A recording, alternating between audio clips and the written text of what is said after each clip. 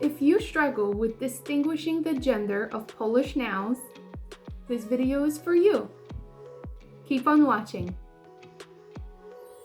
Hi, welcome to Languages with Marta. In today's short video, I'd like to show you how to easily distinguish between the grammatical genders in the Polish language. For people from a different language background whose native language does not have such a concept of grammatical gender, distinguishing between masculine, feminine, and neuter might be really problematic when studying Polish.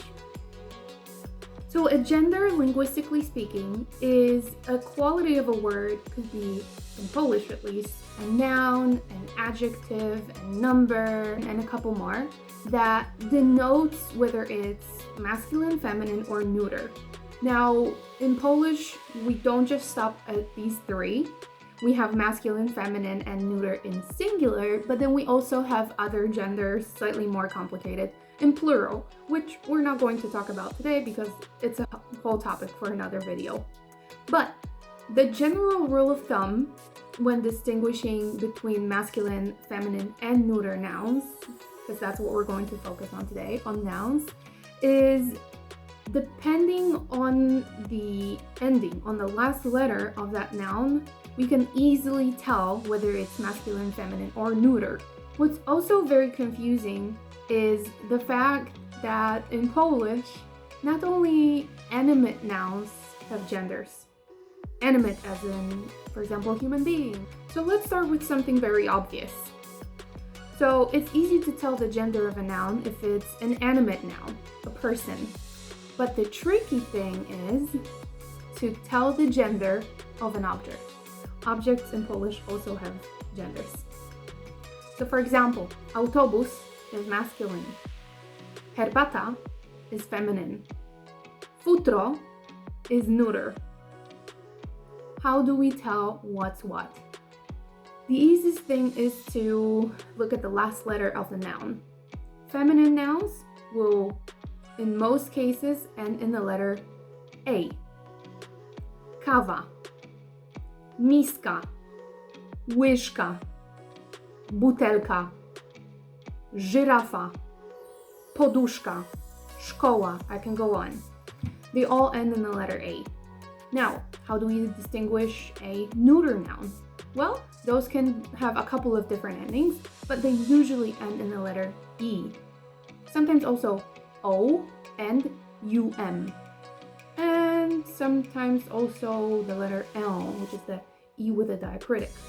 So, we have, for example, dziecko, wino, futro, liceum, kolegium.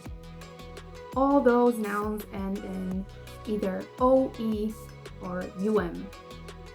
All the remaining ones, which don't have the A or E or O or UM or L as an ending, are masculine nouns.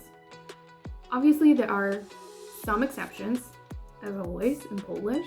Sometimes a masculine noun can end in the letter A, suggesting that it's feminine. Well, it's not. It's just an exception. So a word like tata, dad, ends in the letter A, but still, it's a masculine noun. Kierowca, a driver, also ends in the letter A, but is a masculine noun. So again, I know it sounds and seems difficult at first, but just practice.